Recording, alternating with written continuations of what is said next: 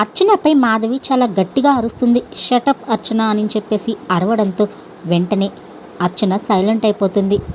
మొగుడతను, నీ మెల్లో తాళి కట్టిన మొగుడు, అతనికి నీ మీద సర్వాధికారాలు ఉన్నాయి. మొగుడు నిరసనగా నవ్వింది అర్చన.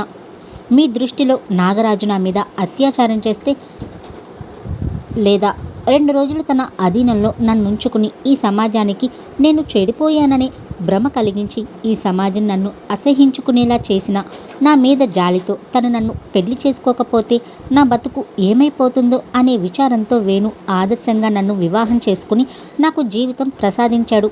కాబట్టి వేణు లాంటి ఆదర్శమూర్తిని, ఎంతో భద్రత కలిగిన కుటుంబ జీవితాన్ని వదిలేసి వచ్చి నేను ఇంకా చెడిపోయాను అవునా? మాధవి సూటిగా చూస్తూ అంది. చెప్పు, నీ వర్షన్ పూర్తి కాని మాట్లాడతాను. ఏం మాట్లాడతావు? ఆడదానికి పెళ్లి లేకపోతే బతుకులేదు. మొగుడనే వాడి నీడలు ఆడది ప్రశాంతంగా పిల్లల్ని కంటూ వాళ్ళని పెంచి పెద్ద చేస్తూ తన ఆశల్ని, కోరికల్ని, తన యవ్వనాన్ని పిల్లల కోసం త్యాగం చేస్తూ 100 ఏళ్ళు లేదా 60 ఏళ్ళు లేదా 80 ఏళ్ళు బ్రతికి భర్త చేతుల్లో పుణ్యస్త్రీగా కనుమూసి జన్మ చరితార్థం చేసుకోవాలి అవునా? అప్పుడే ఆడదాని జీవితానికి అర్థం, పరమార్థం. అంతేనా? పోనీ మా అభిప్రాయం అదే. నీ అభిప్రాయం? ఆడదాని జీవితం పట్ల నీ నిర్వచనం ఏంటో చెప్తావా? చెప్తాను. అమ్మా నాన్నల ప్రేమలో హాయిగా, స్వేచ్ఛగా, ఏ మాలిన్యం అంటకుండా పెరిగి తనకంటూ కొన్ని ఆశయాలు, కొన్ని లక్ష్యాలు ఏర్పరచుకుని అవి నెరవేర్చుకునే దిశగా కృషి చేస్తూ లక్ష్యాల్ని సాధించి తనకు నచ్చిన, తనను మెచ్చిన వ్యక్తిని పెళ్ళాడి హాయిగా ఆనందంగా బ్రతకడం. నిన్ను నీ లక్ష్యాలు సాధించవద్దని వేణు నిషేధించాడా? వేణు తప్ప నాకు మరో బతుకు లేదా? అతనితో తప్ప ఇంకెవరితో నేను బతకూడదా? అతన్ని తప్ప ఇంకెవరిని ప్రేమించకూడదా? ఆవేశంగా అరుస్తున్న అర్చన వైపు చిత్రంగా చూస్తూ అంది మాధవి. ఎందుకలా గొంతు చించుకుంటున్నావు? ఏం చెప్పాలనుకుంటున్నావు? మాధవి ప్రశ్నకి అర్చన ఒక్కసారిగా తన ఆవేశాన్ని నిగ్రహించుకుంటూ అంది. మధు, నాలాంటి వాళ్ళు ప్రేమించకూడదా? అంటే నీలాంటి వాళ్ళంటే? అదే, నేనేదో చెడిపోయాననుకుని మీరంతా భావించే మేమలా భావించామని నీతో అన్నామా? నువ్వు కాదులే, పోనీ మిగతా వాళ్ళు. విషయం చెప్పు. చెప్పే ముందు నా ప్రశ్నకి జవాబు చెప్పు. నేను ప్రేమించకూడదా? ఎవరిని? నా ఊహల్లో ఉన్న వ్యక్తిని, తరచూ నా కలలో కనిపిస్తూ నాకు శాంతి లేకుండా చేస్తున్న వ్యక్తిని, నేను జీవితంలో ఎన్నడూ చూస్తాను అనుకోని వ్యక్తిని ప్రేమించకూడదు. నీ భర్తని, నీ పిల్లల్ని తప్ప ఇంకెవరిని ప్రేమించకూడదు. ఎందుకని? ఒక్కసారి వివాహమైన స్త్రీ తన మనసు తెల్ల కాగితం కాదు. ఎవరి పేరు పడితే అది రాసుకుని వ్యవస్థలో మనం బతకడం లేదు. లెట్ ద వ్యవస్థ గో టు హెల్. అలా అనే హక్కు నీకు లేదర్చన. ఈ వ్యవస్థలో నువ్వు భాగస్థురాలివి. ఈ వ్యవస్థ గౌరవం, ఈ వ్యవస్థని నిలబెట్టే బాధ్యత నీ మీద కూడా ఉన్నాయి. వాటిని కాదని నువ్వు ఈ వ్యవస్థలో బ్రతకలేవు. కానీ నేను ప్రేమించిన నాటికి నా మనసు ఒక తెల్ల కాగితమే. పేరు రాసుకునే అవకాశం నాకు రాలేదు.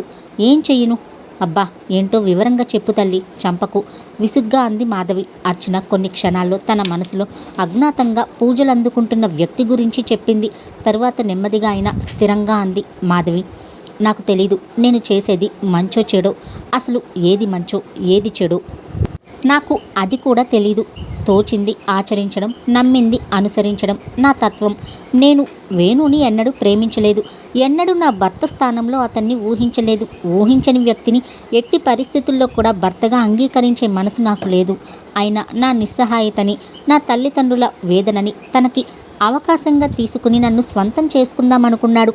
తన స్వార్థానికి త్యాగమని పేరు పెట్టుకుని నన్ను తన భార్యగా అతను శాశ్వతంగా బంధించాడు. అతను నన్ను శారీరకంగా బంధించగలడు కానీ మానసికంగా నేనెంతో స్వేచ్ఛగా ఉన్నాను. నా మనసులో వేణుకి అసలు స్థానం లేదు. నేను ఇతన్ని ప్రేమించాను. ఆ కళ నన్ను వెంటాడుతున్న రోజుల్లో అదొక పీడ కళ అనుకున్నాను.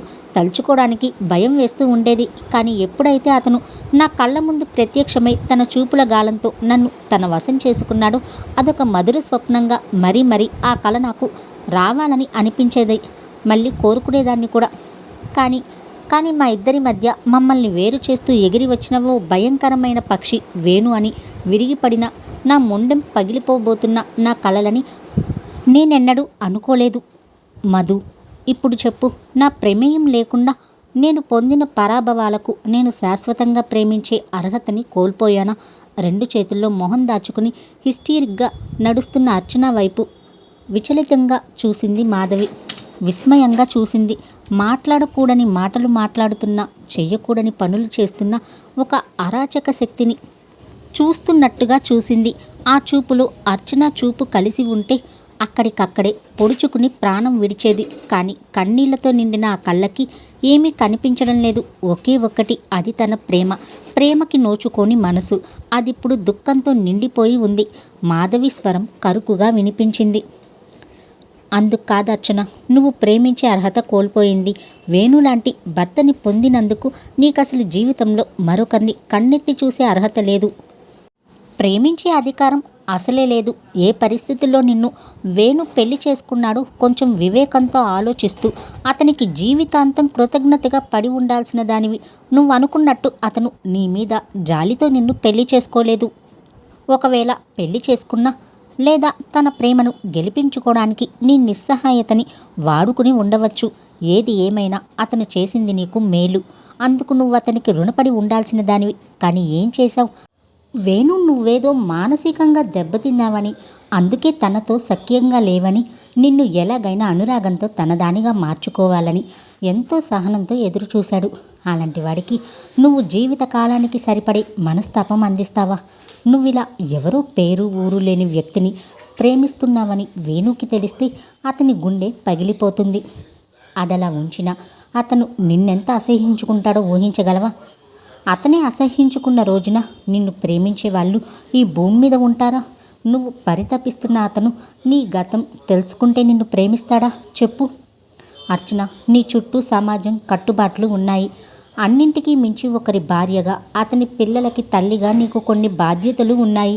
నీ కుటుంబ గౌరవం నిలబెట్టాల్సిన కర్తవ్యం ఉంది. ఇన్నింటి మధ్య బందీవై జీవిస్తున్న నీకు స్త్రీగా కొన్ని సిద్ధాంతాలకు, సంప్రదాయాలకు కట్టుబడి ఉండాల్సిన ఆవశ్యకత, అవసరం ఉంది. తెలిసిందా? అర్చన ఉక్రోషంగా చూసింది. సంప్రదాయం, సంఘం, కట్టుబాట్లు, వీటి మధ్య అనాదిగా స్త్రీ బంధించబడే ఉంటోంది. అందుకే ఎన్ని ఆత్మహత్యలు, ఈ బలిదానాలు, వరకట్న చావులు, హత్యలు. వీటి నుంచి స్త్రీకి విముక్తి లేదా? ఉండకూడదా? నీలాంటి సంప్రదాయవాదులంతా స్త్రీలను ఇలాంటి దిక్కుమాలిన నినాదాలతో బంధిస్తున్నారు. సంకెళ్ళు వేసి ఎక్కడికి పోనివ్వకుండా సంసారం అనే సంప్రదాయపు చెరసాలంలో మానసికంగా ఉరితీస్తున్నారు. ఈ సంకెళ్ళు శారీరకంగా మనిషిని కట్టేయగలవు, కానీ మనసుని కట్టేయగలవా? ఈ కట్టుబాట్లని దాటి వెళ్ళిపోవాలని, నేను కోరుకున్న జీవితం వైపు హాయిగా ఎగరాలని నా మనసు తహతహలాడుతోంది. జరిగిన సంఘటనలను ఎదుర్కొని పోరాడి న్యాయం పొంది, నేను ఆశించినట్టుగా బాగా చదువుకుని ఉన్నత స్థానంలో ఉండి నాకు నచ్చిన వ్యక్తిని పెళ్లి చేసుకుని సంతోషంగా సుఖంగా ఉండాలని నేను కోరుకుంటున్నాను. అలా బ్రతికే అవకాశం నాకెందుకు దూరం కావాలి?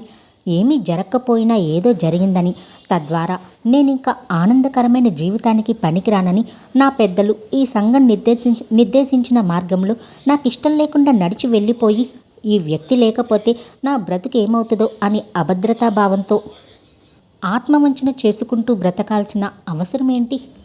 ఆత్మవంచన. మాధవి అదో రకంగా నవ్వింది. భారతదేశంలో 180 మంది స్త్రీలు ఈ ఆత్మవంచనతోటే బతుకుతున్నారు. ప్రతి వాళ్ళు నీలాగే ఆలోచిస్తే ఈ వివాహ వ్యవస్థే ఆ ఔన్నత్యాన్ని కాపాడటం స్త్రీలుగా మన కర్తవ్యం. దేశ ఔన్నత్యాన్ని నిలబెట్టడానికి నా ఆత్మాభిమానాన్ని, నా ఆశలను, నా కలలను నేను పణంగా పెట్టాలా? ఈ దేశ ప్రతిష్టను కాపాడడానికి స్త్రీలంతా తమ పవిత్రతని, పాతివ్రత్యాన్ని పణంగా పెట్టి ఆత్మను చంపుకుని ఒద్దికగా అందరికీ తల వంచి బతకాలి. అవునా? సారీ మిసెస్ మాధవి, నాకంత సహనం, సమతాభావం, దేశభక్తి లేవు. నాకిష్టం లేని వ్యక్తికి ఈ శరీరాన్ని అప్పగించి కళ్ళు మూసుకుని పడుకునే శక్తి నాకు లేదు. నాకు ఈ జీవితం వద్దు. నాకు ప్రేమించే అర్హత లేకున్నా, నేను ప్రేమించే పురుషుడు నాకు దక్కకుండా పర్వాలేదు, కానీ నేను ఈ ఆత్మవంచన చేసుకోలేను. నాకు స్వేచ్ఛ కావాలి. నాకు ఈ మానసిక వేదన నుంచి, ఈ నరకయాతన నుంచి విముక్తి కావాలి. అవును, విముక్తి కావాలి. అందుకే నేను వెళ్ళిపోయాను. చాలా సంతోషం అర్చన. నీ సుఖం, నీ సంతోషం, నీ స్వేచ్ఛ నువ్వు చూసుకుని వెళ్ళిపోయావు. మరి నీ పేగు తెంచుకుని పుట్టినవాడి సంగతేంటి? రేపు వాడు ఇలాగే అడుగుతాడు. నాకు ఈ సమాజంలో గౌరవం కావాలి, ఒక స్థానం కావాలి, ప్రశ్నలే లేని జీవితం కావాలి అని. మరి నీ తల్లి ఏది అని అనే పెద్ద ప్రశ్న వాడికి ఏం సమాధానం చెప్పమంటావు? సూటిగా చూస్తూ అడిగింది మాధవి. అర్చన మాట్లాడలేదు. ఈ ప్రశ్నకి ఆమె దగ్గర ఇన్స్టెంట్గా సమాధానం లేదు. కానీ అంతరాంతరాల్లో ఖచ్చితమైన సమాధానం కోసం ఆమె నమ్మిన సిద్ధాంతం అన్వేషిస్తోంది. ఆ అన్వేషణ ఫలించేలోపే మాధవి అంది, నువ్వే కాదు, ఈ ప్రశ్నకి స్త్రీ స్వేచ్ఛ కోసం గొంతు చించుకుని అరిచిన ఆ చలం కూడా సమాధానం చెప్పలేదు, చెప్పలేడు కూడా. ఆయన తల్లి ఆయన్ని అలా వదిలేసి ఉంటే ఆయన నుంచి స్త్రీ స్వేచ్ఛాగానం వినిపించేది కాదు. ఏదైనా అనుభవంలోకి వస్తేనే తెలుస్తుంది అర్చన.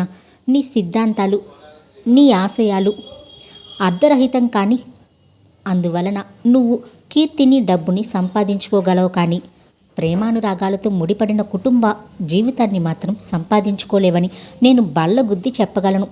అదే ఈ కుటుంబ జీవితం అంటూ కుటుంబం చుట్టూ గిరిగీసి బతకమనే కదా స్త్రీలను నిర్బంధించారు ఇంతకాలం ఈ సంప్రదాయవాదులు. అయినా మధు, పట్టుమని 25 ఏళ్ళు లేని నీలో సంప్రదాయాల పట్ల ఇంత గౌరవం, నమ్మకం ఎలా వచ్చాయి? మాధవి నవ్వింది. ఆ నవ్వులో అర్చనకి చాలా అర్థాలు కనిపించాయి. చాలా వెటకారము ధ్వనించింది. ఆ నవ్వుకి అర్థం ఏంటి అని అడగడానికి కొంచెం జంకు కలిగింది. మాధవి అదే నవ్వుతో అంది, నువ్వు ఈ భావాలతో ఈ జీవితాన్ని గెలవాలనుకుంటున్నావా? గెలుస్తానో లేదో చెప్పలేను, కానీ ఓడిపోను. ఎందుకంటే నేను ఎక్కిన మొదటి మెట్టు నన్ను విజయం వైపుకి నడిపిస్తుందో లేదో తెలియదు. కాకపోతే ఓటమిని మాత్రం దగ్గరికి రానివ్వను. అందుకోసం ఎంతైనా పోరాడతాను. Okay, good luck. మాధవి లేచింది. అర్చన మాధవి చేయి పట్టుకుని ఆపుతూ అంది, మాధవి, నేను కలిసినట్టు దయచేసి ఎవ్వరికి చెప్పనని మాటివ్వు ప్లీజ్. మాధవి ఒక్కసారి అర్చన వైపు సూటిగా చూసింది. చెప్పినందువలన ఏదన్నా ప్రయోజనం ఉంటుందంటావా? అర్చన మాట్లాడలేదు. కాబట్టి చెప్పను, సరేనా? బాయ్.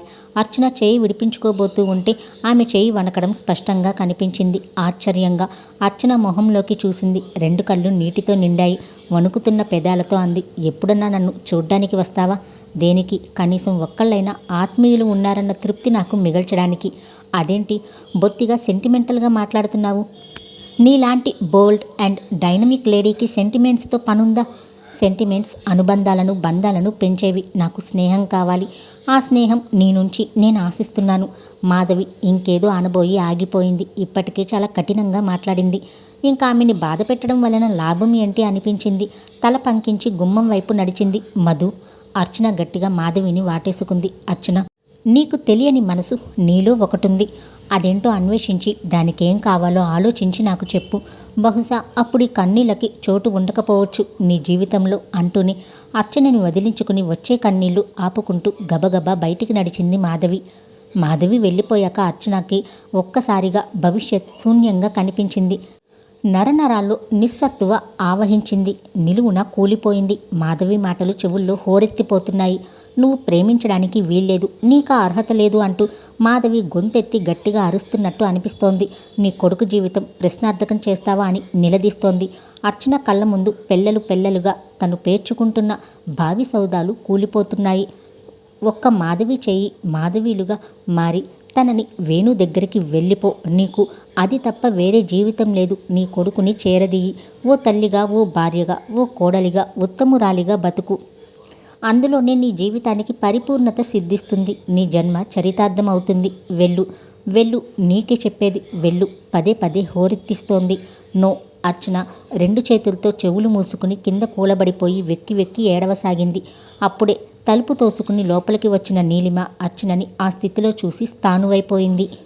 గబగబా అర్చన దగ్గరికి నడిచి మోకాళ్ళ మీద కూర్చుని గాబరాగా పిలిచింది. అర్చన, అర్చన, నిన్నే, ఏమైంది? అర్చన గబుక్కున నీలిమని కావలించేసుకుంది. నాకు చచ్చిపోవాలనిపిస్తుంది నీలు, నాకు చచ్చిపోవాలనిపిస్తోంది. మంచం అంచున కూర్చోబెట్టింది. వెంట్రుకలు సవరిస్తూ మృదువుగా అంది, ఎవరా అమ్మాయి? ఎందుకంత హడావిడిగా వచ్చావసలు? అర్చన సమాధానం చెప్పలేదు. ఏడుస్తూనే ఉంది. నీలిమకి జాలేసింది.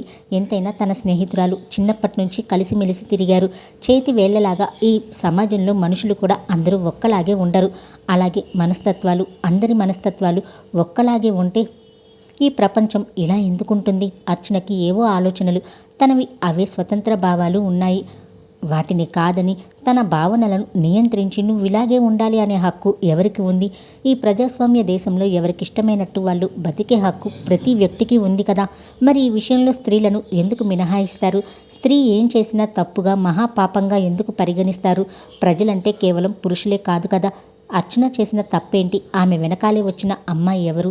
వీళ్ళిద్దరి మధ్య ఏం జరిగింది? అర్చన ఎందుకింతగా డిస్టర్బ్ అయింది? ఒక్కసారిగా అనేక ప్రశ్నలు నీలిమని ఉక్కిరిబిక్కిరి చేస్తూ ఉంటే మెల్లిగా అడిగింది. ఏం జరిగింది అర్చన? ఎందుకు ఏడుస్తున్నావు? ఉదయం నుంచి బాగున్నావు కదా?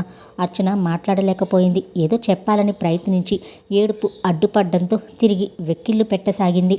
నీలిమ అర్చన భుజం చుట్టూ చేయి వేసి తన గుండెల దగ్గరగా ఆమెని పొదవికుని మృదువుగా అడిగింది. చెప్పవా?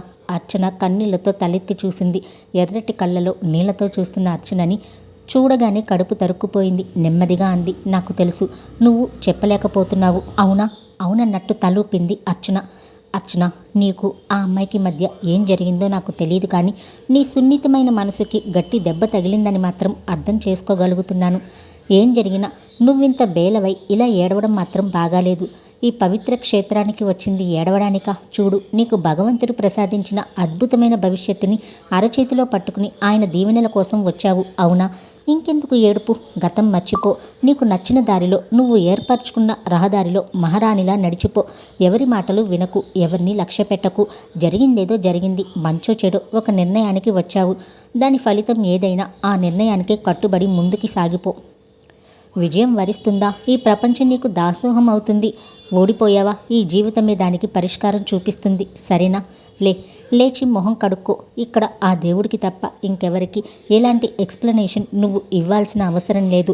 నీలిమ మాటలు పగిలిన హృదయం మీద నవనీతం రాస్తున్నట్టుగా చల్లగా హాయిగా వినిపిస్తున్నాయి. కన్నీళ్లతో నిస్సహాయంగా చూసింది. నేను నిజం చెబుతున్నాను. నువ్వెవరికి భయపడాల్సిన అవసరం లేదు. నీ జీవితం నీ ఇష్టం. నీకొచ్చిన అపూర్వమైన అవకాశాన్ని ఎట్టి పరిస్థితుల్లోనూ వదులుకోకు. అర్థమైందా? లేచి మొహం కడుక్కో. పద, లే. ఆమె భుజం తట్టి బలవంతంగా లేపబోయి నీలిమను ఆపుతూ అంది. నేను లేస్తాలే అంటూ నెమ్మదిగా చేతి మీద లేచింది అర్చన. అవును, నేను ఆ భగవంతుడికి మాత్రమే సమాధానం చెప్పాలి, ఇంకెవరికి కాదు. నాకు తెలుసు నేనేంటో సనుగుతున్నట్టుగా అంటూ అరచేత్తో కళ్ళు తుడుచుకుని లేచింది. బాత్రూంలోకి వెళ్ళి చల్లటి నీళ్లతో మొహం కడుక్కొని వచ్చింది. కాసేపు రిలాక్స్ అయి చీర మార్చుకో. నేను మళ్ళీ 1 గంటలో వస్తాను. వెళ్ళి బ్రేక్ఫాస్ట్ చేద్దాం, సరేనా నీలిమ అని ఆప్యాయంగా అంది. బుద్ధిగా తలూపింది అర్చన. ఏడ్చి ఎర్రబడి వాచిన కనుదోయితో చిత్రమైన అందంతో మెరిసిపోతున్న అర్చనని చూస్తూ, ఆడదానికి ఇంత అందం కూడా శత్రువే. ఈ అందంతో భవిష్యత్తులో ఇంకెన్ని సమస్యలు ఎదుర్కోవాల్సి వస్తుందో ఈ పిల్ల అనుకుంటూ సన్నగా నిట్టూర్చి అక్కడి నుంచి వెళ్ళిపోయింది నీలిమ. అర్చన చీర మార్చుకుని డ్రెస్ వేసుకుంది. జుట్టుకున్న క్లిప్ తీసి జుట్టు వదిలేసింది. తలుపు గడియ వేసుకుని మంచం మీద వాలింది. ఆమె మనసు ఎంత మళ్లించినా మాధవి మాటల చుట్టూనే తిరుగుతోంది. నీకు ప్రేమించే అర్హత లేదే? మాధవి మాట ఆమె గుండె మీద చెల్లున కొడుతున్నట్టు వినిపిస్తోంది. ఎందుకు లేదు? నాకెందుకు ప్రేమించే అర్హత లేదు? ఈ ప్రశ్నే పదే పదే వేధిస్తోంది. పెళ్ళయిందని ప్రేమించే అర్హత కోల్పోయిందా, లేక నాగరాజు కిడ్నాప్ చేయడం వల్ల ప్రేమించే అర్హత కోల్పోయిందా? ఈ రెండింటికి తాను బాధ్యురాలు కాదే? అలాంటప్పుడు తన భావ స్వాతంత్రం ఎందుకు కోల్పోవాలి? ఎవరు చేసిన శాసనం ఇది? అయినా తనేం ఇప్పుడు అతనెవరో వెతుక్కుంటూ వెళ్ళి నన్ను ప్రేమించవయ్యా మహానుభావ, నన్ను పెళ్ళాడి ఉద్ధరించు అని అడగబోవడం లేదే? తనది మూగ ప్రేమ. దీనివలన ఎవరు ఏం కోల్పోతున్నారు? ప్రేమించడం అంటే దానికి పరాకాష్ట పెళ్ళేనా?